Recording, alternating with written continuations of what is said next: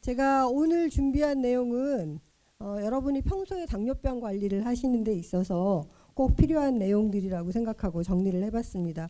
사실 오늘 이렇게 가족 단위로 참석하신 걸 보니까 너무 좋은 것 같아요. 저희가 이제 당뇨교육실에서 환자분들을 만나다 보면 사실은 당뇨병 관리를 혼자서 하기는 굉장히 어렵거든요. 그리고 가족들의 지지가 굉장히 중요한데 이렇게 같이 가족 단위로 참석을 하신 걸 뵈니까 여기 참석하신 분들은 굉장히 당뇨병 관리에 열의가 많으시고 또 옆에서 지지하시는 분들이 많으셔서 앞으로 좋은 결과가 있을 거라고 기대가 됩니다. 네, 제가 오늘 준비한 내용은 혈당 측정 결과 100배 활용하기라고 준비를 했습니다. 네, 집에서 혈당 검사 다들 잘 하고 계시죠? 네, 오늘 아직 점심 식사도 못하고 바쁘게 오신 분도 계시고 네, 일단은 편하게 계시면서 들으시면 될 것 같습니다. 오늘 말씀드릴 내용은 자기 혈당 측정 결과 활용하기, 그리고 연속 혈당 측정 시스템 활용하기, 또 고혈당과 저혈당 대처 및 예방하기, 이런 내용으로 준비를 해봤습니다. 자, 집에서 혈당 측정 검사를 하는데 이 검사 결과를 어떻게 우리가 잘 활용할 수 있을까? 그런 내용인데요. 이거를 단계별로 쪼개보면 1단계부터 7단계까지 있어서 일단 이제 혈당 조절 목표 알기부터 시작해서 내가 이 목표 범위 내로 내 혈당을 어떻게 잘 유지할 수 있을까라는 내용으로 한번 정리를 해봤습니다. 구체적으로 하나씩 살펴보기로 하고요. 자, 내가 혈당 조절이 잘 되는지 안 되는지 어떻게 알 수 있을까요? 당화혈색소 맞습니다. 그래서 내 당화혈색소가 최근에 얼마다라는 거 모르시는 분 혹시 계실까요? 다 알고 계시나요? 네, 병원에 가서 이제 2, 3개월에 한 번씩 혈당 검사를 하시면 당화혈색소 수치를 되게 공복혈당과 함께 검사를 해서 선생님이 진료 볼 때 알려드리죠. 그러면 그 수치가 얼마인지 꼬박꼬박 기록을 하시면서 이게 정말 좋아지고 있는지 아니면 그 전보다 나빠지고 있는지 이런 것들을 판단을 하시잖아요. 그렇죠? 그래서 나의 혈당 조절 목표는 일단 당화혈색소가 2형 당뇨병일 때는 6.5% 미만. 자, 내가 2형인데 6.5% 미만으로 유지가 되고 있다 하시는 분. 네, 한 분 계셔요. 그리고 이제 1형 당뇨병 같으면 7% 미만.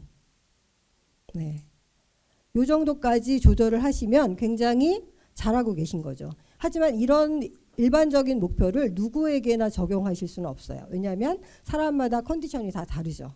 그리고 어떤 질병을 가지고 있고 다수의 질병이 중증도가 어떻게 되는지에 따라서 다르고 있고, 그 다음에 기대 여명이나 그리고 또 저혈당이 자주 너무 빈번하게 온다든지 이런 여건들을 고려해서 개별화되어야 하겠습니다. 그래서 일단은 내 혈당 조절 목표가 어디로 가야 하는지를 명확하게 아시고, 그 다음에 담당 의사 선생님하고 상의해서 나는 요 정도 선에서 차츰차츰 조절해 가겠다든지, 아니면 지금 목표가 딱 적절하게 잘 유지가 되고 있으니까 그대로 끌고 가면 되겠다, 이렇게 이제 판단을 하실 수가 있겠고요. 그리고 혈당 조절 모니터링은 이제 당화혈색소라는 거 하고, 그 다음에 집에서 하는 자기 혈당 측정하고 또 연속 혈당 측정하고, 이런 방법들을 통해서 우리가 모니터링을 할 수가 있겠죠. 자, 조금 더 구체적으로 살펴보면 공복혈당은 80에서 130 정도 유지가 되면 굉장히 조절이 양호하게 되시는 거죠. 그리고 식후 2시간 혈당은 180 미만.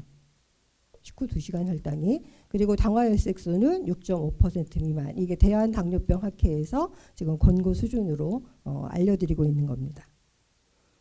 자, 당화혈색소라고 얘기는 많이 들어보셨어요. 그리고 익히 또 잘 알고 계시기도 할 텐데, 당화혈색소라고 하는 거는 지난 2, 3개월 동안의 평균 혈당치예요. 자, 혈당이 높을수록 당화혈색소가 높겠죠. 그리고 혈당이 낮을수록 이제 낮을 텐데, 조절 목표는 7% 미만. 그래서 이 정도가 돼야지 합병증의 위험이 낮은 걸로 되어 있어요. 그래서 당화혈색소에 대해서 굉장히 관심을 많이 가지셔야 되죠. 혈당 수치라고 하는 거는 그때그때 다르잖아요. 여러 번 잴 때마다 다르고 식후에 다르고 식전에 다르고 다 다르기 때문에 우리가 그 수치보다는 이 당화혈색소에 대해서 더 큰 의미를 둘 수가 있겠고요. 대개 1% 상승할 때마다 혈당이 30 정도 상승하는 것을 의미를 해요. 만약에 7%가 혈당이 이제 평균 혈당이 154라면 6% 되면 126 정도, 30 정도 낮게 보시면 되겠죠. 그래서 보통 병원에서는 1년에 4번 정도 측정을 하게 됩니다. 근데 이 당화혈색소라고 하는 게 최근에 굉장히 이제 최근 한 달 동안의 영향이 가장 커요. 그래서 내가 병원에 가서 검사를 하긴 했지만 그 시점을 기준으로 최근 한 달의 영향이 가장 크고 한 50% 정도 영향을 미치게 되고 그 전달, 그 전전달 이렇게 영향을 미치게 된다는 거를 아시면 좋겠고요. 그래서 병원에 가실 때 이제 가기 며칠 전부터 조심하시는 분들 많이 계시잖아요. 한 일주일 정도? 뭐 아니면 3, 4일 전부터 이제 준비하세요. 병원에 가서 검사하려니까 이제 선생님한테 또 야단 맞으면 기분 별로 안 좋잖아요. 그래서 며칠 동안 열심히 조심해가지고 가서 검사를 하셨는데 당화혈색소는 높게 나왔어요. 그런데 그날 공복 혈당치는 좋게 나왔다. 그 얘기는 뭐예요? 평소에 조절 열심히 안 하시고 그 며칠 동안 그날만 열심히 조절하신 게 되겠죠. 그래서 당화혈색소라고 하는 거는 평상시에 혈당 조절 상태를 반영하고 있고 또 뭐 금식 여부에 상관없이 검사하실 수 있어요. 그래서 그런 정도로 알고 계시면 될 것 같습니다. 자, 당화혈색소가 왜 이렇게 중요하냐? 당화혈색소 1%는 30 정도의 혈당에 해당한다고 하는데 1%를 낮추면 말초혈관 합병증이 43% 감소한다고 나와 있고요.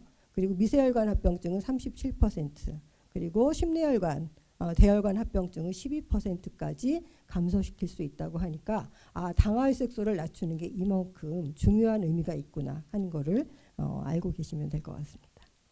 자, 집에서 혈당 측정하시는 거는 이제 굉장히 숙련이 되셨죠. 엄청 잘하시죠. 네, 그래서 뭐 혈당 검사를 하기 위해서는 측정기랑 체열기, 또 체열침, 그리고 혈당 검사지, 알코올솜, 당뇨 수첩 이런 것들을 준비를 하시게 되는데 혈당 측정기는 보면은 오랫동안 자주 사용하시지 않거나 아니면 또 쓰다 보면 배터리가 고갈되는 경우가 있죠. 거기 화면에 표시가 나오죠. 배터리가 거의 없는 게 표시가 나오고 아니면 에러로 뜨기 때문에 혈당 측정기의 배터리 상태를 확인하셔야 되겠고, 체열기는 적절한 깊이를 잘 선정해서 너무 깊이 찌르지 않도록 하는 게 필요합니다. 왜냐하면 요즘은 정말 혈당 측정기가 굉장히 발전이 돼서 아주 소량의 혈액이 필요해요. 보통 20, 30년 전에는 피가 굉장히 많이 필요했어요. 그래서 여러 번 찌르거나 피가 잘 안 나와서 고생했지만 요즘은 정말 미세한 3마이크로, 5마이크로 정도면 충분히 검사가 돼요. 근데 그럼에도 불구하고 피를 약간만 덜 묻히거나 하면 에러가 뜹니다. 그래서 그런 정도는 충분히 확인을 해주셔야 되겠고요. 그리고 식구들이 당뇨가 없지만 검사를 같이 할 때는 반드시 체열침을 바꿔서 해주셔야 되고, 그리고 혈당 검사지는 보면 자주 검사를 하시지 않으면 유효기간이 후딱 지나가는 수가 있어요. 그래서 유효기간이 지난 스트립을 사용하시게 되면 혈당 수치가 낮게 나오게 되거든요. 그래서 이런 것도 확인을 좀 해주시고, 그다음에 알코올솜은 매번 알코올솜을 쓰라고 하진 않아요. 손을 씻을 수 없을 때 보통 손을 씻고 깨끗하게 말린 상태에서 그냥 검사하시면 되겠고, 야외에 나가거나 또 뭘 만져서 뭐 이제 손이 지저분하다거나 그럴 때 알코올솜을 사용해 주시면 되겠습니다. 그리고 당뇨 수첩은 여러분이 이제 검사하신 거를 쭉 기록을 하시거나, 뭐 요즘은 앱이 있어서 앱하고 연결해서 그냥 검사 수치를 수첩처럼 그렇게 기록할 수도 있는데, 수첩 활용하시는 거를 굉장히 많이 권하고 있습니다. 그래서 한눈에 보이고 그 결과를 잘 활용할 수 있는 그런 방법에 대해서 조금 더 관심을 가지시면 좋을 것 같아요. 자, 정확한 혈당 측정법. 나는 내 혈당 측정기를 잘 활용할 수 있다. 그러면 그대로 사용하시면 되는데, 검사를 하시면서 에러가 많이 난다고들 자꾸 얘기하시죠. 이게 아니면 수치가 차이가 많이 난다. 병원에서 검사하는 거랑. 이렇게들 얘기를 하시는데, 보통은 혈당 측정기에서 하는 거랑 병원에 가서 체열을 해서 검사하는 건 오차가 있어요. 그게 한 10 내지 15% 정도의 오차를 저희가 다 알고 사용을 하는 거예요. 그렇지만 그게 특별히 치료 방법을 바꾼다든지 그런 정도의 문제가 되진 않거든요. 그래서 그 정도로 알고 검사를 해주시면 되겠고, 대개 요즘 혈당 측정기들은 그냥 스트립을 끼워주면 기계가 켜지게 되죠. 그리고 그 상태에서 혈액을 떨어뜨리라는 표시가 나오면은 네, 혈액을 잘 점적하거나 아니면 흡입하고 그렇게 해서 검사를 진행하시면 되겠습니다. 자, 그래서 검사를 하실 때는 이제 본인이 하실 때 검사 전에 따뜻한 물로 손을 잘 씻거나 알코올 솜으로 소독하시고 체열 부위를 잘 말린 후 검사를 하시는데, 혼자서 하실 때도 손가락 끝으로 피를 잘 몰아주시고요. 그리고 본인의 엄지손가락으로 이렇게 누른 상태에서 피를 모은 상태로 찔러주시는 게 좋습니다. 그리고 손가락은 찌르실 때 될 수 있으면 가장자리를 찌르시는 게 좋아요. 손가락의 가장자리. 여기 두 번째 그림에 보이시죠? 네, 두 번째 그림에 보시면 손가락의 이렇게 양쪽 측면 여기를 찌르시는 게 덜 아프고 피도 잘 나오는 자리예요. 그래서 가운데를 찌르지 마시고 측면을 사용하시면 좋겠고, 그 다음에 가능하면 10손가락을 번갈아 가면서 다 사용하시면 좋습니다. 자, 그 다음에 이제 혈당 측정 횟수와 시간, 이것도 대한당뇨병 학회에서 권장하기로는 다회 인슐린을 여러 번 쓰거나 펌프를 사용하고 있는 경우인데, 만약에 목표 범위에 도달을 했다면 하루에 3번 정도 검사를 하시면 된다, 이렇게 되어 있고요. 그리고 목표 범위보다 높을 경우에는 하루에 7번 정도. 그러면 아침, 점심, 저녁, 식전, 식후 하고 취침 전까지 해서 7번을 측정을 하게 되겠죠. 그 다음에 이제 혈당 강화제나 병합요법, 인슐린과 같이 먹는 약을 쓰실 때 역시 목표 범위에 도달을 했을 때는 하루에 1번 정도 검사를 하시면 되겠고, 그 대신 패턴 관리라 그래서 주 1회 정도는 집중적으로 하루에 7번 정도는 검사를 하셔서 내 혈당이 도대체 어떻게 움직이고 있는지 이런 것들을 파악할 것을 권하고 있습니다. 그 다음에 목표 범위보다 높은 경우에는 하루에 2번 정도 검사를 하시고, 그 다음에 패턴 관리는 주 2, 3회 정도는 검사를 하셔서 내 혈당의 움직임을 좀 더 파악하고 어느 시간이 집중적으로 조절이 안 되는지 그 시간을 목표로 해서 관리를 해나갈 것을 권하고 있어요. 자, 혈당 측정 시간에 대해서 잠깐 살펴보면 식전 혈당, 그건 밥 먹기 전이죠. 그런데 공복 혈당이라고 하면 조금 다르죠. 적어도 8시간 이상 아무것도 먹지 않은 상태. 그래서 아침 식전이 주로 공복 혈당이 되는 거고요. 이럴 때 검사를 하실 때는 약이나 인슐린 주사 전에 측정하실 것을 권하고 있습니다. 그리고 식후 2시간의 혈당은 첫 수저를 뜬 시점에서 2시간. 네, 밥 먹고 나서 2시간이 아니라는 거.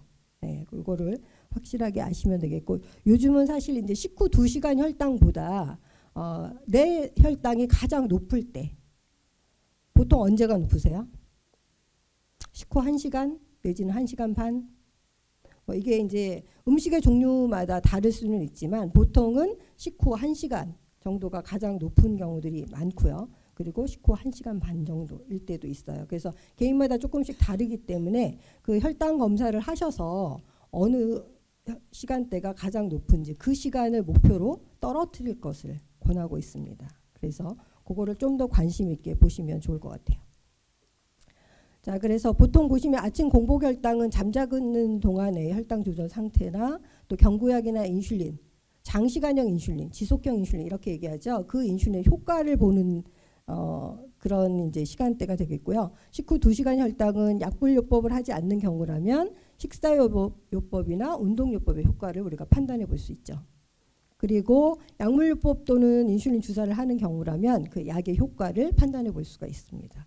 그리고 취침 전 혈당은 이제 저녁 식사를 어떻게 했는지, 또 경구약이나 지속형 인슐린 주사의 효과를 판단할 수 있어서 우리가 시간대별로 혈당의 의미를 이런 거를 갖고 있구나, 그렇게 판단해 보시면 좋을 것 같고요. 그 다음에 이제 혈당 검사를 했을 때는 수첩에 기록을 해보는 거죠. 혹시 당뇨 수첩 쓰시는 분 계신가요? 네, 아무도 안 계세요.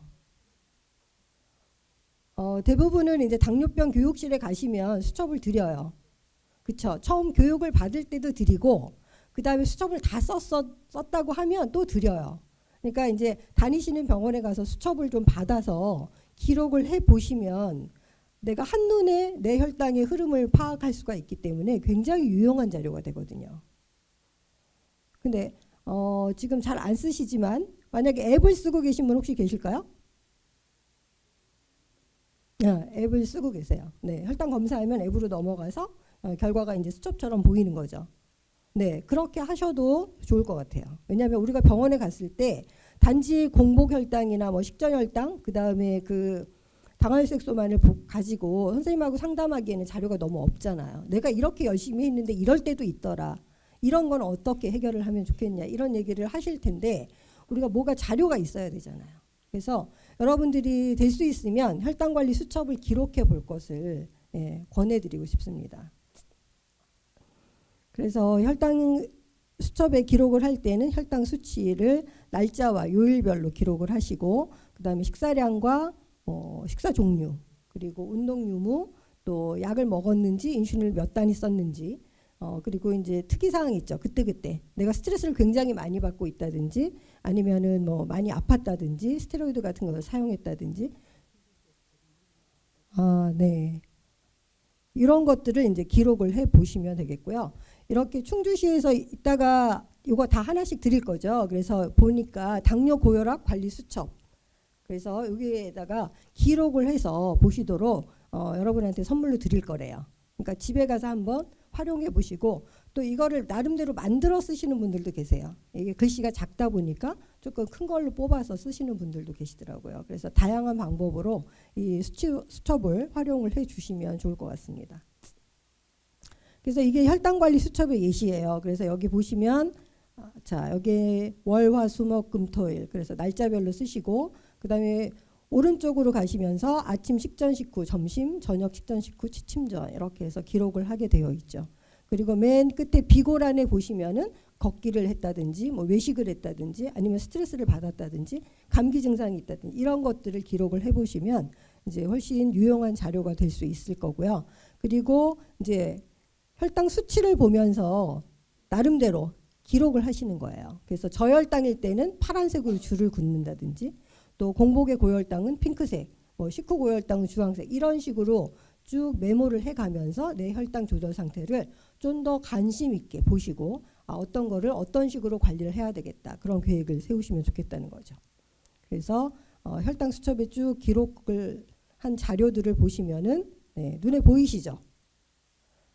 보시면 5월 3일 날 식전 혈당이 150으로 올라갔어요. 그 다음에 점심 식후에 보니까 285, 254, 248 쭉 혈당이 다 높아요. 그 다음에 저녁 식후에도 역시 238, 212 이런 식으로 혈당이 높고요. 그 다음에 저녁 식전에 맨 밑에 보니까 5월 8일 날 68, 저혈당이 나왔네요. 그러니까 이런 수치들을 수첩에 기록하면서 관리를 해보십사 하고 말씀을 드리는 거고요. 그래서 이런 데이터를 가지고 보시는데, 제일 중요한 건 이제 혈당 변화의 도대체 영향 요인이 뭔가를 파악을 해야 되겠죠. 그래서 요 혈당 수치들을 보면서 첫 번째는 목표에서 벗어난 혈당. 그래서 중요한 건 저혈당이 일단 없이 관리가 되게 잘 돼야 되잖아요. 굉장히 저혈당은 고혈당에 비해서 급속하게 진행이 되면서 위험해질 수 있기 때문에 저혈당이 있나 없나를 먼저 찾아내시고, 두 번째는 공복 고혈당. 아침 공복부터 아침 식전에 혈당이 너무 높은 거 아니야? 그걸 찾아내시고, 그 다음에 식후 고혈당 순으로 혈당 수치들을 이제 차례대로 보시면 좋겠고요. 그리고 두 번째는 이제 언제 얼마나 자주 이런 문제들이 생겨났는지 보시고, 세 번째는 저혈당이나 고혈당의 원인을 찾아보는 거죠. 자, 이렇게 해서 이제 차츰차츰 이 데이터들을 가지고 보시면 되겠어요. 그래서 첫 번째 중요한 건 저혈당을 확인하자. 저혈당. 네, 우리가 혈당 관리를 하면서 인슐린 주사를 맞는다든지 또 경구약을 드신다든지 하시면서 사실은 저혈당 없이 관리를 하는 게 되게 중요해요. 그래서 첫 번째 저혈당을 먼저 확인을 하시는데, 여기 보시면 70이라는 수치가 있죠. 4월 9일 날 점심, 너무 작아서 잘 안 보이시나요? 네, 그래서 가운데쯤에 이제 70이라는 수치가 있는데, 이 수치는 그 전에 아침을 먹고 나서 운동을 한 40분쯤 했더니 저혈당이 왔어요. 그러면 우리가 운동하고 나서 저혈당이 왔을 수 있겠구나, 이렇게 판단을 하시면 운동 시간을 식후로 변경하시면 되겠죠. 그 다음에 두 번째 보시면 공복 혈당, 아침 식전 혈당이 다 161, 184, 154 이렇게 높아요. 그러면 이 3일 연속 고혈당이 나온 거에 대해서는 내가 저녁약을 제대로 먹었는지, 그 그다음에 아니면 저녁 식후에 운동을 조금 더 해서 이 혈당을 떨어뜨릴 수 있을지 계획을 해볼 수가 있다는 거죠. 그다음에 세 번째는 이제 식후 고혈당. 그래서 저녁 식후에 195. 그 전에 뭐 먹었나 봤더니 짜장면 먹었어요. 짜장면 기름기가 많잖아요. 그래서 늦게까지 잠자기 전까지도 지금 280이라는 수치가 나올 정도로 쭉 고혈당이 유지가 되고 있죠. 그래서 이런 것들을 보시면서 이제 다음부터는 외식을 할 때 자장면 같은 거는 어떻게 해요? 피하면 좋겠다는 거죠. 이렇게 혈당을 많이 올리는 음식은 피하는 게 좋겠다. 네, 그래서 혈당 수치를 보면서 나름대로의 문제점을 찾아내고 그리고 해결 방법도 같이 찾아낼 수가 있습니다. 네, 그래서 이제 식사요법의 효과를 파악하고 싶을 때는 보통 쌍으로 검사를 하시면 되죠. 아침 식전, 식후 이렇게 보시고 또 점심 식전, 식후, 저녁 식전, 식후 이렇게 해서 검사를 해보시는 게 도움이 될 수 있고요. 그 다음에 운동의 효과를 파악하고 싶을 때는 식전, 식후와 그 다음 식전까지 같이 연속해서 보시면 운동의 효과를 좀 더 파악을 해보기가 쉽습니다. 그래서 항상 수첩에는 내가 운동을 했으면 얼마 동안 어떤 운동을 했는지를 같이 기록을 해보시면 도움이 될 수 있겠고요. 그 다음에 장시간형 인슐린 주사를 하는 경우라면 이렇게 아침 식전하고 취침 전 혈당을 같이 재보시고 만약에 아침 식전 혈당이 목표 범위에 들어왔을 때는 이제 저녁 때 취침 전엔 안 하셔도 되고요. 그 다음에는 이제 또 점심 식후 혈당, 그 다음에는 점심 식후 혈당을 같이 보신다든지 이럴 경우는 이제 과식을 한 경우 이런 걸 보고 싶을 때 같이 또 검사를 해서 판단을 해 보실 수가 있습니다. 자, 그래서 혈당 변화의 원인과 대처법을 이제 나름대로 정리를 좀 해볼 수가 있겠는데 식후 혈당이 높은 경우라면 대개 식후 혈당에 영향을 가장 많이 미치는 게 뭐예요? 탄수화물이죠. 네, 밥 종류, 당질, 간식도 당질 간식들을 많이 먹잖아요. 그런 것들이 문제가 되기 때문에 탄수화물 섭취량을 점검해 보시고 또 식후 가장 혈당이 높을 때 운동을 했는지 이런 것도 같이 판단을 해 보시는 게 필요하겠고요. 그리고 공복 혈당이 높을 때는 어육류군이나 지방군을 너무 많이 먹지 않았는지 이런 것들을 보실 수가 있겠고 또 잠을 많이 못 자면 혈당이 올라갑니다. 그래서 충분히 숙면을 잘 취했을 때 훨씬 혈당 결과가 좋다는 것. 그런 것도 이제 영향 요인이 되겠고 또 스트레스 많이 받을 때 역시 혈당이 올라갈 수 있겠고요. 그 다음에 공복 혈당이 낮을 경우에는 이제 생각해 볼 수 있는 게 공복에 술을 마셨나 하는 거를 점검해 보실 수가 있겠고 그리고 운동 시간이 너무 장시간 됐는지 이런 것들을 같이 판단을 해 보시면 우리가 혈당 변화에 대해서 좀 더 유연하게 대처를 하실 수 있을 것 같습니다. 자, 그 다음에 이제 목표 범위 내로 혈당 유지를 방법을 실천을 하셔야 될 텐데 사실은 내 혈당을 쭉 보면서 어떤 게 문제라는 거를 파악을 하셨을 거 아니에요. 그럼 어떻게 하세요? 그 다음에는 그거를 떨어뜨릴 수 있는 어떤 계획을 하셔야 되겠죠. 그러면 가장 쉽게 할 수 있는 거. 어떤 분은 늘 밤에 자기 전에 야식을 먹고 자요. 그리고 야식을 먹은 것 때문에 문제가 되겠죠. 또 주로 잘 먹는 게 라면 같은 걸 너무 좋아해요. 그래서 수시로 라면을 먹어요. 이런 식습관을 바꾸는 거. 네. 그리고 별로 단백질 섭취를 안 하고 늘 그냥 고구마하고 우유같이 계란 뭐 이렇게 아주 간단하게만 먹는다든지 이런 식사를 하시는 분들도 계세요. 그러면 그런 식습관을 조금 어떻게 야채 섭취를 같이 하면서 조금 변화를 시켜봐야 되겠다. 이런 계획을 세우실 수가 있을 거예요. 그래서 가장 내가 쉽게 할 수 있는 것부터 한 두세 가지 정도 네, 먼저 실천하시고 그 다음에 차츰차츰 변화를 시켜가시면 좋을 것 같고요. 목표를 세우실 때 중요한 건 구체적인 목표. 저녁 식후에 저녁 식후 1시간에 내가 산책을 20분 하겠다. 이렇게 아주 구체적으로 목표를 세우시거나 그 다음에 하루에 5,000보 걷겠다. 명확하죠? 네. 그냥 식후에 운동할 거야. 이런 식으로 하지 마시고 구체적이고 측정할 수 있고 그 다음에 주 5회 하겠다. 이렇게 달성 가능한 목표를 세우시고요. 그 다음에 현실 가능한 목표. 자, 우리 집에 근처에는 수영장이 없는데 수영을 하겠다. 이렇게 하면은 어려우시잖아요. 그래서 공원에서 산책하기 이렇게 현실적인 목표를 세우시고 그 다음에 그 목표를 세우셨으면 목표 달성 기간을 주셔야 되겠죠. 난 언제까지 이거를 해결하겠다. 그렇게 해서 습관화할 수 있는 기한을 정해 놓으시고 그 목표를 내가 잘 볼 수 있는 곳에 붙여두세요. 그래서 수시로 보시면서 스스로 각성하고 또 잘 지켜갈 수 있게 그렇게 해주시면 좋겠습니다. 그래서 지금 이제 자기혈당 측정해서 검사하시는 거를 말씀을 드렸는데 가능하면 수첩에 적어 보실 거를 꼭 말씀을 드리고 싶고 또 그것도 어려우시다면 뭐 앱을 사용하거나 이렇게 해 보시면 좋겠는데 일단은 아무튼 본인 스스로 문제가 뭔지 파악을 하시고 해결할 수 있는 그런 노력을 해 가시는 걸 권하고 있습니다. 자, 그리고 이제 연속 혈당 측정에 대해서 말씀을 드릴 텐데 여기 계신 분들 중에서 지금 CGM 연속 혈당 측정 다 해보셨나요? 네, 많이들 해보셨죠? 네, 그래서 앞으로는 이제 연속 혈당 측정 시스템에 대해서 잠깐 말씀을 드릴 텐데 연속 혈당 측정 해보시니까 어떠세요? 편하죠? 어떤 점이 편하신가요? 네, 찔러서 검사 안 하고 그냥 갖다 스캔을 하거나 리브레를 해보신 분들은 이제 스캔을 하시면은 결과가 나오니까 편하고 그 다음에 또 실시간은 굳이 스캔 안 해도 데이터가 그냥 다 보이니까 편하실 거예요. 그래서 연속 혈당 측정이라고 하는 거는 지금 이제 자기 혈당 측정을 늘 하시던 분들이 해보시면 와 이런 점이 너무 좋은데 이렇게 느끼실 것 같아요. 그래서 보통 우리가 연속 혈당 측정을 Continuous Glucose Monitoring 그래서 CGM이라고 얘기를 많이 하거든요. CGM 이거는 센서를 피하 지방층에 삽입을 해서 센서가 혈당을 읽는 게 아니라 세포 간질하게 포도당 수치를 읽는 거예요. 그래서 1분에서 5분마다 혈당을 이제 측정해서 알려주는 거라서 혈당 수치하고 센서 포도당 수치가 딱 일치하지는 않습니다. 시간 차이가 있어요. 그래서 우리가 그걸 알고 보시면 되겠고 그다음에 고혈당과 저혈당에 대해서 알람 기능이 있어서 다 알려주죠.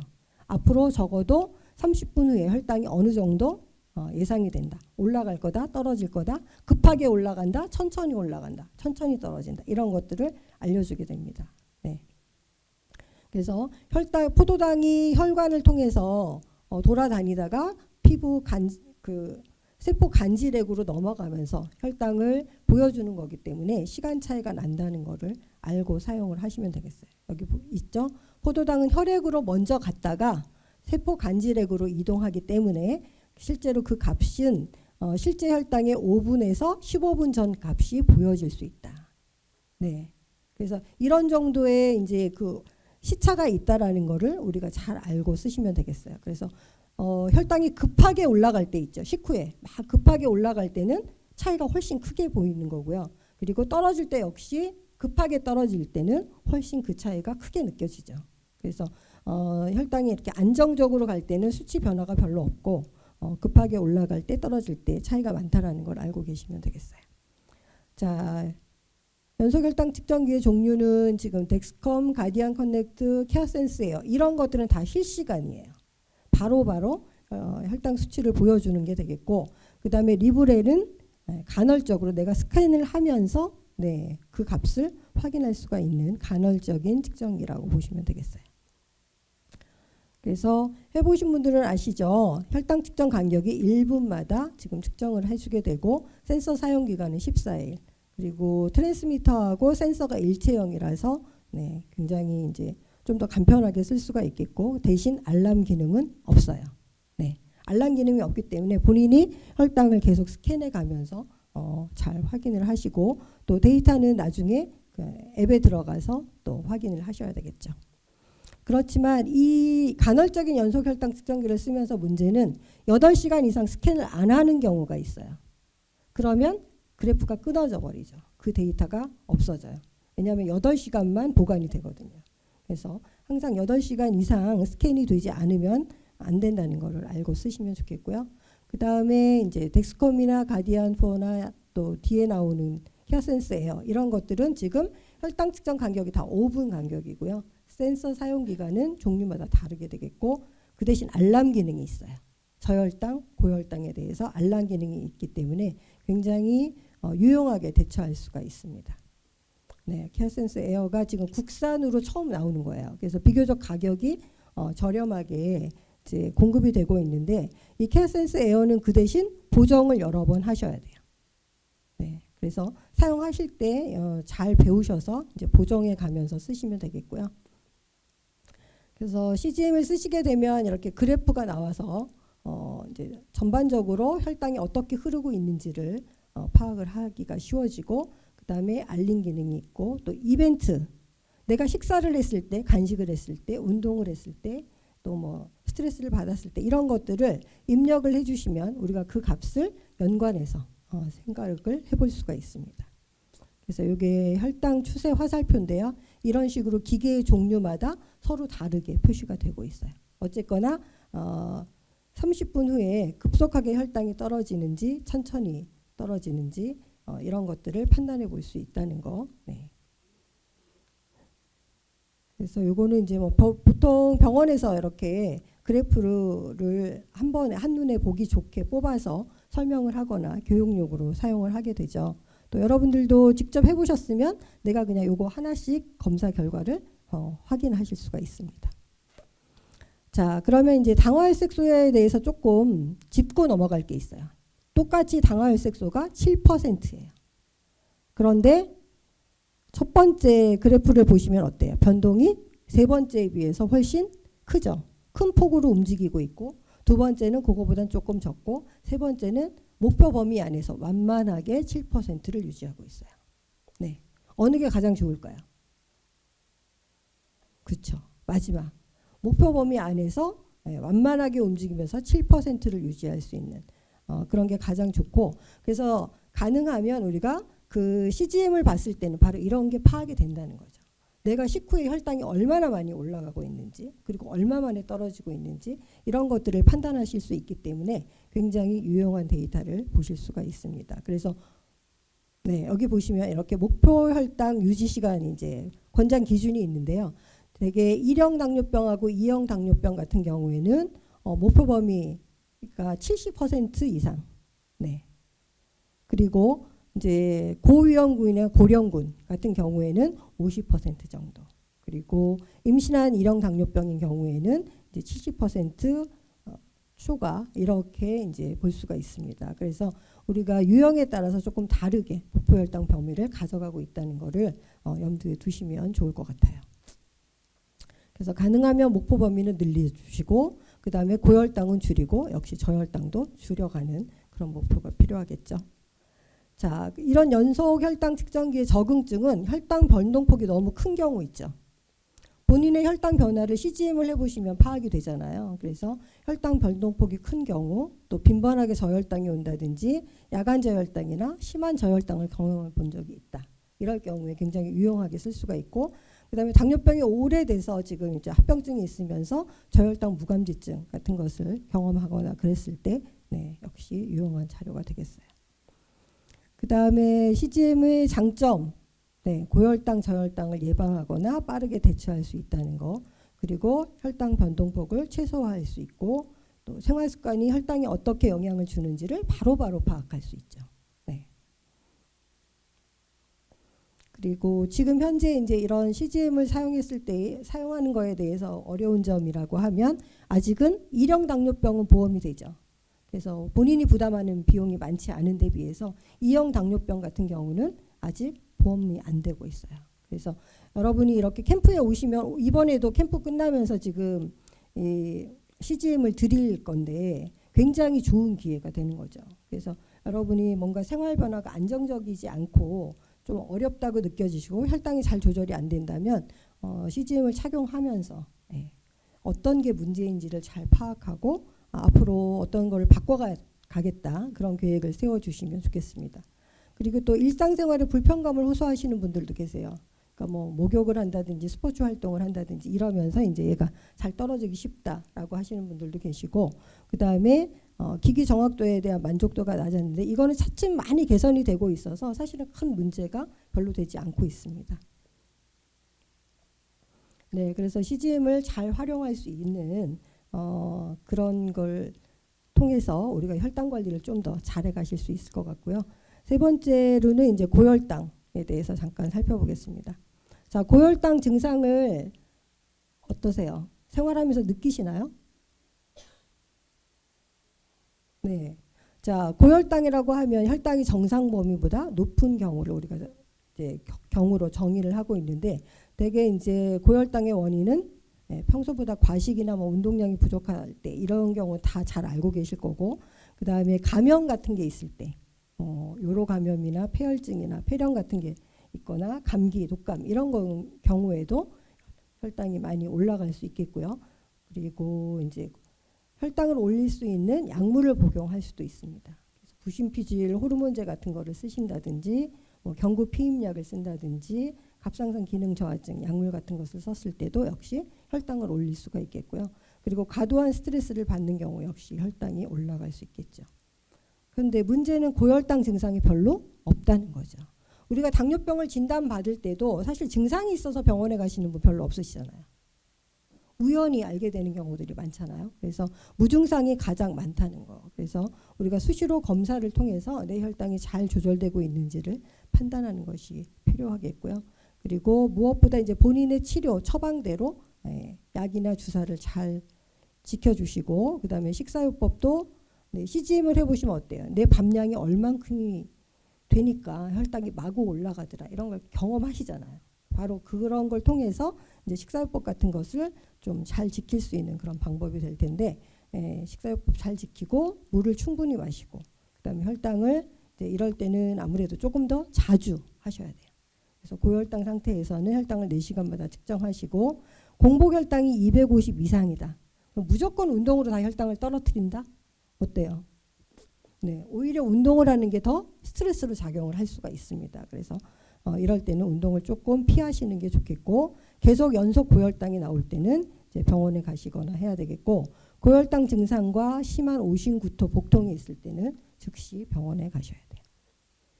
네, 마지막으로 이제 저혈당에 대해서 한번 보겠습니다. 저혈당은 혈당이 70 미만일 때. 저혈당 경험 안 해보신 분 계신가요? 나는 저혈당 경험을 한 적이 없다. 네, 당뇨가 없으신 분도 저혈당 증상 느껴보신 적 있으시죠? 없어요? 네, 심하게 배가 고플 때 어때요? 막 손이 떨리고 후들거리고 기운이 하나도 없고 아무것도 못하겠는 그런 때 있으시잖아요. 그런 게 저혈당 증상이에요. 하지만 인슐린 주사를 맞거나 경구약을 드시거나 그렇지 않은 경우에는 본인이 다 몸 안에서 조절해요. 다시 올라가죠. 그런데 이제 당뇨병이 있어서 약물을 쓰시거나 그럴 때는 잘 회복이 되지 않기 때문에 우리가 빠른 시간 내에 혈당을 회복시켜 주셔야 되죠. 그래서 저혈당의 원인을 보시면 불규칙한 식사나 부족한 식사량, 그리고 식사나 간식 같은 걸 제대로 못했을 때, 그다음에 운동 많이 했을 때, 또 인슐린 주사나 경구약을 제대로 복용하지 않고 불규칙하게 했을 때, 그럴 때 나타날 수 있겠고요. 공복에 음주하는 경우도 나타날 수가 있습니다. 그래서 저혈당 증상은 다 아실 텐데, 처음에는 가벼운 증상이지만 점차 증상이 심해질 수 있고요. 그리고 빠르게 진행되면서 위험해질 수가 있어요. 네, 그래서 위험한 증상을 보시면 창백해지고 말이 둔해지고 의식이 나빠지거나 실신을 할 수 있는 그런 상태까지도 갈 수 있어서 우리가 저혈당을 경험할 때마다 치매 위험이 더 높아진다고 합니다. 그렇기 때문에 반드시 저혈당은 예방하고 또 왔을 때는 빨리 대처해서 해결하는 게 무엇보다 중요하겠어요. 자, 저혈당 대처 방법은 증상이 있으면 무조건 해결하셔야 돼요. 혈당을 측정할 수 있을 때는 혈당 측정이 첫 번째가 되겠고, 측정을 해서 혈당이 70 이하면 저혈당 간식 드셔야 되죠. 그래서 저혈당 간식은 대개 이제 15g, 당질 15g에서 20g 정도 섭취를 하시고 15분 정도 쉬었다가 다시 혈당을 측정해 보시고, 만약에 회복이 안 됐으면 다시 1번부터 쭉 반복해서 하시면 됩니다. 자, 저혈당 간식으로 적당한 거. 지금 저혈당 간식 갖고 계신 분 계시나요? 네. 네, 대단하세요. 항상 이렇게 챙겨가지고 다니시면서 저혈당이 왔을 때는 신속하게 해결하는 게 되게 중요하고요. 여러분 테이블에 간식바, 에너지바 막 이런 거 놔드렸잖아요. 그거는 필요할 때 드셔야지 아무 때나 간식으로 수시로 드시라고 드린 건 아니에요. 그렇죠? 네, 그래서 잘 조절하실 거라 믿고 미리 테이블에 놔드렸으니까 활용해 주시면 좋겠고, 자, 저혈당 간식은 무지방 당질, 무지방 탄수화물을 드셔야 돼요. 초콜릿이나 아이스크림이나 케이크나 이런 것들은 지방이 많이 들어있어서 혈당을 천천히 올리게 됩니다. 저혈당 간식으로 적절한 건 주스나 콜라, 사이다, 그다음에 설탕, 사탕 이런 것들이죠. 그래서 사탕 서너 개 정도, 주스 반잔, 그다음에 요구르트 한 개 정도 이런 거를 드실 수가 있어요. 그래서 1g의 당질이 혈당을 3 정도 올린다고 되어 있죠. 그래서 우리가 15g 당질을 섭취하면 혈당을 45 정도 올린다. 이거를 예측하고 저희가 그만큼 드시라고 하는 거예요. 지나치게 드시면 어떻게 되죠? 고혈당이 되죠. 저혈당으로 떨어졌다가 회복이 될 때는 이게 공 튀기는 것처럼 훨씬 많이 올라갈 수가 있어요. 그래서 반드시 적정량을 드시고 시간을 뒀다가 15분 뒤에 다시 확인하고 또 드실 것을 권하고 있습니다.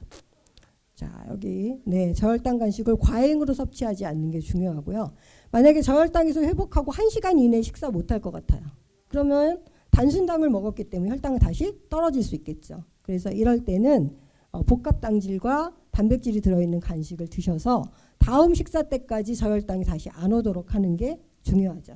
그래서 여기 우유 한 컵에 과일군 2분의 1단위, 바나나 4분의 1개 정도를 드셔서 다음 식사 때까지 저혈당이 안 오도록 예방을 하는 게 좋겠습니다. 자, 그 다음에 이제 마지막으로 야간 저혈당이 있는데 이 야간 저혈당, 심한 저혈당은 주로 새벽에 와요.